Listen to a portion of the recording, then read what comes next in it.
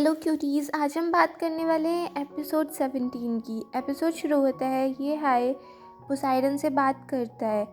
Poseidon पूछता है कि क्या तुम्हें अपने भाई पे इतना ज़्यादा भरोसा है। तो ये हाय कहता है कि वो मेरे अकेले ब्लड रिलेटिव हैं। तो पोसाइडन कहता है कि मैंने कभी भी अपने भाइयों पे भरोसा नहीं किया।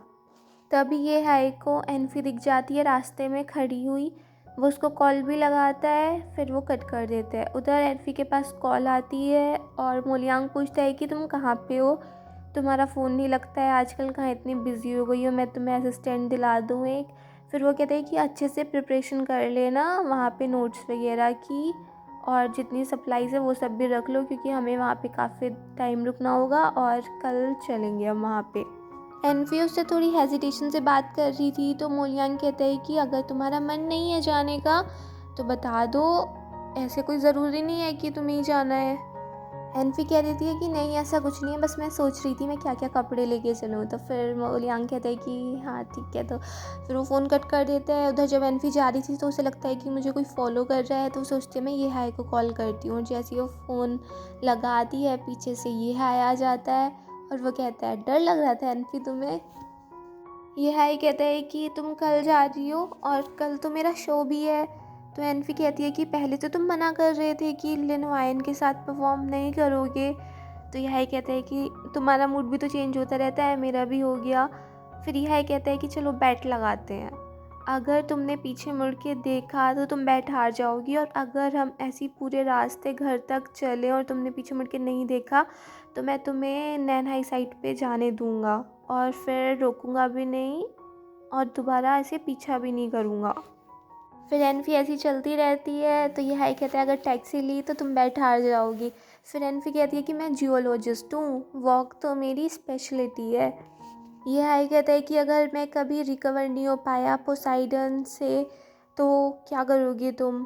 तो एनफी कहती है कि क्या ही फ़र्क पड़ता है, वो तुम्हारी सी बॉडी चुरा के लेके नहीं जा सकता है और वो तुम्हें से कुछ नुकसान नहीं कर रहा है, तो ठीक है ना, कुछ फ़र्क नहीं पड़ता है। बस भले से क्या पता फ्यूचर में तुम अपनी सारी मेमोरीज़ लूज़ कर दो, ये हो सकता है। तो ये है थोड़े से रुक जाता है। एनफी कहती है कि मैं सिर्फ मजाक कर रही थी, सीरियसली मत लो। और फिर वो करते करते आ जाते हैं घर के सामने, और जैसे ही आते हैं तभी एनफी उसके सामने मुड़ के ये हाय से कहती है कि मैं जा रही हूँ नैनहाई साइड पे और तुम मुझे रोकोगे भी नहीं। और फिर चली जाती है अंदर। ये हाय एनफी के गेट पे नॉक करने जाता है, मगर फिर वो रुक जाता है और वापस आ जाता है। फिर दिखाते हैं लिन हुआन अपनी ड्रेस दिखा के कहती है कि ये हाय मेरी ड्रेस कैसी लग रही है, और वहाँ पे ये हाय नहीं होता है, ये टियान आता है। वो कहता है कि वैसे ड्रेस अच्छी है मगर ये हाय का स्टाइल नहीं है। तो लिन हुआन कहती है तुम्हें बहुत पता है उसका कैसा स्टाइल है। फिर ये टियान लिन हुआन को देख के खुश होता रहता है। लिन हुआन मीडिया के क्वेश्चंस का आंसर दे रही होती है। वो उससे पूछते हैं कि आपको आज यहाँ पर ये हाई ड्रॉप करने आए हैं, क्या ये इसलिए आपका बहुत ज़्यादा स्पेशल परफॉर्मेंस होने वाला है, और क्या आप लोग अब पब्लिक होने वाले हैं, अपने रिलेशनशिप को आप पब्लिक करने वाले हैं।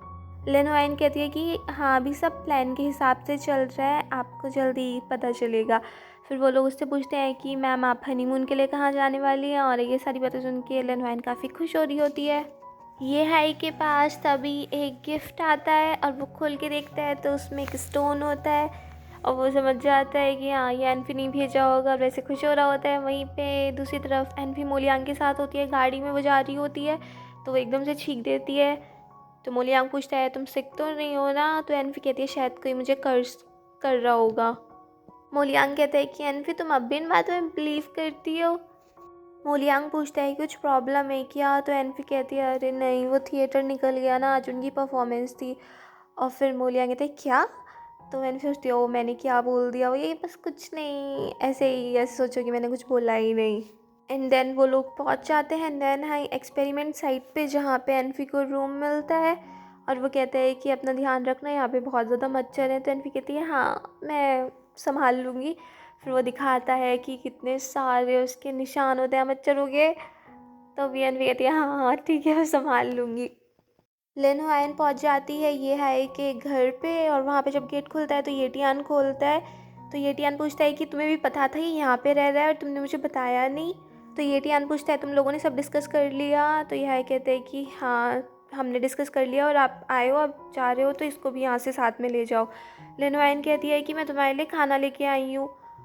तो ये हाई कहता है कि प्लीज़ मुझे अपनी इतनी सारी वेल्थ मत दिखाओ और जहाँ से आई हो उस पार्टी में वापस चली जाओ। फिर ये हाई कहता है कि तुम लोगों को अभी डिस्कस करना होगा ना कि अभी न्यू प्रोजेक्ट में स्टार्ट हो गया है, फिर से मोलियांग वहाँ पहुँच गया है और वो ये टियान से पुश कर देता है और वो लेनोयन पे गिर पड़ता है और फिर दोनों वहाँ से थोड़ा सा एम्बेरस होके चले जाते हैं। अनसेंग कहती हैं कि तुमने तो मुझे ये बताया था कि तुम एक पुअर स्टूडेंट हो। तो ये हाई कहते हैं कि मैं आपको पुअर नहीं लगता। अनसेंग कहती है तुम तो पुअर लग रहे हो मगर तुम्हारा भाई बिल्कुल नहीं लगता है।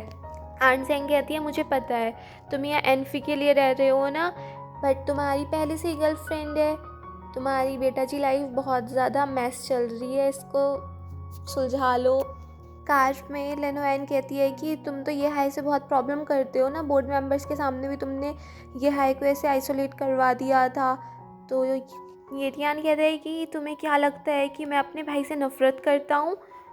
लेनोयन कहती है कि हाँ मुझे सब पता है, तुम्हें बुरा फील होता है ना कि वो घर से ऐसे बाहर घूमता रहता है, वो कुछ भी नहीं करता तब भी उसे एक ग्रैंडपा का प्यार मिल जाता था और तुम इतना कुछ करते थे तब भी तुम्हें कुछ इतना अच्छा नहीं मिलता था। ये टियान कहता है कि तुम अपनी बात कर रही हो क्या। तो लेनोयन कहती है कि मैं तो इकलौती ही बेटी हूँ, मुझे ऐसे फैमिली वाले उसमें पढ़ने की ज़रूरत नहीं है। तो वो दोनों ऐसी थोड़ी बिकरिंग कर रहे होते हैं। ये हाई से पोसाइडन कहता है कि अपना ध्यान रखना, आप हर्ट मत हो जाना बिल्कुल भी। और तभी ये हाई कहता है कि मैं कैसे हर्ट हो सकता हूँ जब मैं यहाँ पर ही रहूँगा और सभी सामने से बिल्ली होती है और वैसे गिर जाता है। उधर दिखाते हैं कार में लेनोयन कहती है कि मैं तो सिर्फ मूसैन को इनोसेंट प्रूव करना चाहती थी। तो ये टियान कहता है कि तुम इनोसेंट प्रूव करना चाहती थी, तुम ऐसी साइंटिस्ट को ले आई लियू लैन को जो पहले से उसको कितनी प्रॉब्लम थी और उसको ऐसे बैठा दिया और उसे मोलियांग की लैब में बैठा दिया और उसने ये हाई फ्रिक्वेंसी वाली प्रॉब्लम अराइज कर दी। अब उसने मोलियांग को नैन हाई साइड पे भेज दिया है। तुम्हें लगता है मूसैन इतने के बाद भी सब इनोसेंट है। ये टियान का कन्वर्सेशन दिखाते हैं कि ये टियान ने क्या कहा था। उसने कहा था कि मुझे जानना है इस बोतल से तुम्हें कुछ इफ़ेक्ट तो नहीं हो रहा, इसमें क्या स्पेशलिटी है और क्या ऐसा है कि दादू ने ये मुझे नहीं दिया कभी भी। और वो कह देता है कि ये तुम्हें तब मिलेगा जब तुम सभी कंपनी वगैरह के वर्क वगैरह कर लोगे। फिर उधर ऐसे ये है हड़बड़ा कर उठता है, उसका हाथ वहीं पे जाता है, लॉकेट का है, मेरा लॉकेट का है। फिर उसे ध्यान आता है वो मैंने उसको दे दिया। फिर वो सोचता है कि उसने क्यों लिया है मुझसे मेरा ये लॉकेट, और फिर वो सोचता है क्या उसने मेरा ये लॉकेट मुझसे चुरा लिया। ये हाय सोचने लगता है कि एनफी क्या कर रही होगी। एनफी को बुक में ये हाय दिखता है, वो उससे कहता है कि पहला लव तो सिर्फ सेक्रीफाइस के लिए होता है और मोलियांग के लिए तो तुम सिर्फ उसको एडमायर करती हो, वो लव नहीं है। और फिर एनफी ऐसे कट करने लगती है। तो मोलियांग आ जाता है, वो कहते हैं क्या कर रही हो तुम, किताबों से बात कर रही हो, कुछ प्रॉब्लम है तो मुझसे पूछ लो। तो एनफी कहती है हाँ मैं पूछ लूँगी। जब एनफी कैलकुलेशन कर रही थी तो एक मिस्टेक हो जाती है और वो लड़का आके बताता है कि ये तुमने गलत कैलकुलेट कर दिया और वो ऐसे उसको बता रही होती है। ये सब कुछ मोलियांग देख रहा होता है। फिर मोलियांग आके कहता है कि एनफी तुम तो बहुत बढ़िया कर रही हो, ऐसे ही सबको सीखना चाहिए। और फिर एनफी से काफ़ी गुस्सा हो जाती है, मेरी मजाक बना रहे, उसको ऐसे बोतल मार रही होती है। तो मोलियांग उसका हाथ पकड़ लेता है और फिर वो उसको ऐसे ये प्यार से देख रहा होता है। तो एनफी सोचने लगती है मुझे ऐसे क्यों देख रहा है, मेरे चेहरे पे कुछ लग तो नहीं रहा ना। और इतने ही मोलियांग की नाक से खून आ जाता है। ये हाय एनफी का नंबर लगा रहा था और नंबर लग नहीं रहा था। फिर ये हाय को ऐसे अचानक से कुछ हो जाता है और वहाँ पे वो पायरेट एंड्रयू भी ये हाय का पीछा कर रहा था। एनफी अपनी रूम में मूवी सेलेक्ट कर रही थी मोलियांग के साथ देखने के लिए, तभी एनफी एक स्पाइडर देखती है और वह कहती है तुमसे तो सिर्फ लड़कियां ही डरती हैं, मैं नहीं डरती हूँ, मैं उनमें से नहीं हूँ। और तभी वैसे बातें कर रही होती मोलियांग आ जाता है, वह कहता है कि अब तुम स्पाइडर से भी बातें करने लगी।